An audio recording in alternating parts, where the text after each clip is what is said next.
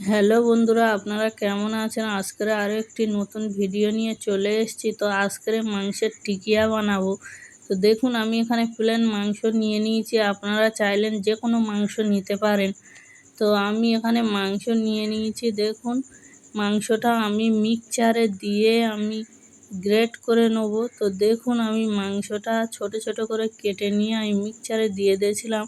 আর এখানে দেখুন, পেঁয়াজ বাটা, টমেটো বাটা, কাঁচা লঙ্কা বাটা, আর এখানে ছিল ধনেপাতা। তো এইগুলো সব কিছু দিয়ে দিয়েছি মাংসের মধ্যে। এখানে লবণ, হলুদ গুঁড়ো, লাল মরিচের গুঁড়ো, আর দিয়েছিলাম ধনে জিরের গুঁড়ো, গরম মশলার গুঁড়ো। তো এইগুলো দিয়ে আমি ভালো করে এইগুলো একসাথে সব মাখিয়ে নেব।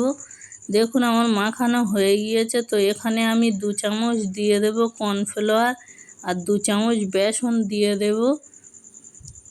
তো দেখুন, আমি দিয়ে দিচ্ছি বেসন আর কর্নফ্লাওয়ার দিয়ে আবারও আমি এটাকে মাখিয়ে নেব। আর যদি কম পড়ে তখন আমি দিয়ে দেব।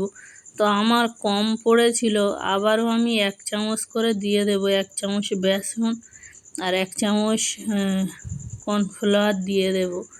দেওয়ার পরে আমি আবারও মাখিয়ে নেব। দেখুন, আমার এবার টিকিয়াটা মাখানোর জন্য রেডি।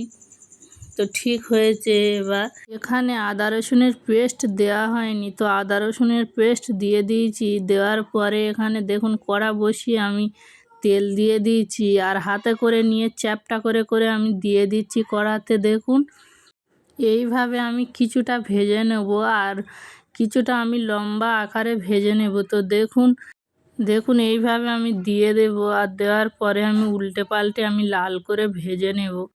তো দেখুন, আমি সবগুলো উল্টে দিচ্ছি।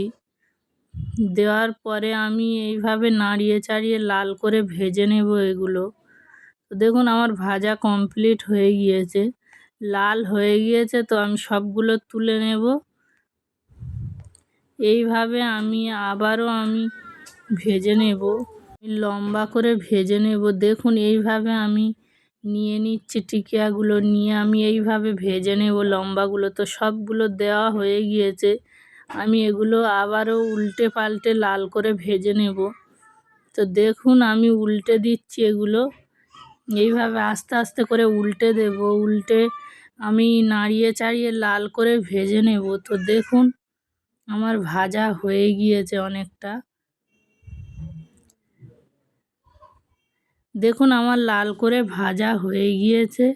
তো আমি এগুলো তুলে নেব আর সেম সবগুলো এইভাবেই ভেজে নেব। 2 রকম স্টাইল করে আমি সবগুলো ভেজে নেব।